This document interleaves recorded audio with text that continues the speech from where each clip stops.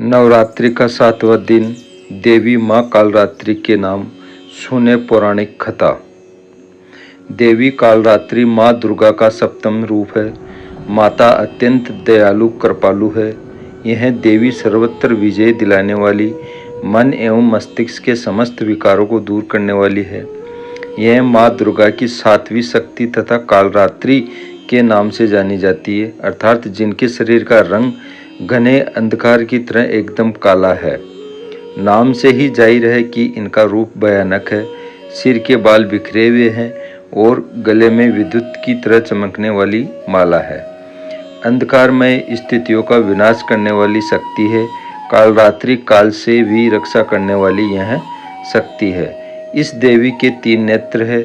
ये तीनों ही नेत्र ब्रह्मांड के समान गोल है।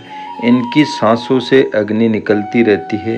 ये गंधर्व की सवारी करती है। ऊपर उठे हुए दाहिने हाथ की वर मुद्रा भक्तों को वर देती है। दाहिनी की तरफ का नीचे वाला हाथ अभय मुद्रा में है, यानी भक्तों हमेशा निडर निर्भय रहो। बाईं तरफ के ऊपर वाले हाथ में लोहे का कांटा तथा नीचे वाले हाथ में खड्ग है।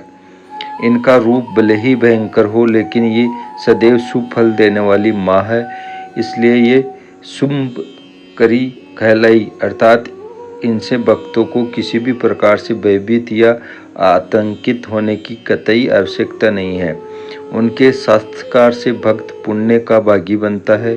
कालरात्रि की उपासना करने से ब्रह्मांड की सारी सिद्धियों के दरवाजे खुलने लगते हैं और तमाम आसुरी शक्तियाँ उनके नाम के उच्चारण से ही भयभीत होकर दूर भागने लगती है।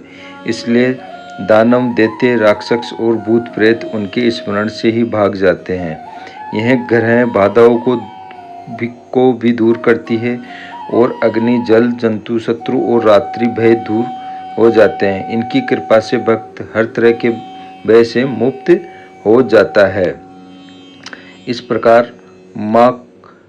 प्रकार माँ कालरात्रि की ये जो कथा है, ये इस तरह से संपूर्ण होती है। इस तरह रक्त बीज की सेना तैयार होती गई और उसका आतंक भी बढ़ता गया। रक्त बीज से परेशान होकर सभी देवतागण भगवान शिव के पास पहुँचे। शिव जी जानते थे कि रक्त बीज का अंत केवल माता पार्वती ही कर सकती है, इसलिए उन्होंने माता पार्वती से अनुरोध किया। इस प्रकार माँ कालरात्रि की कथा संपूर्ण होती है।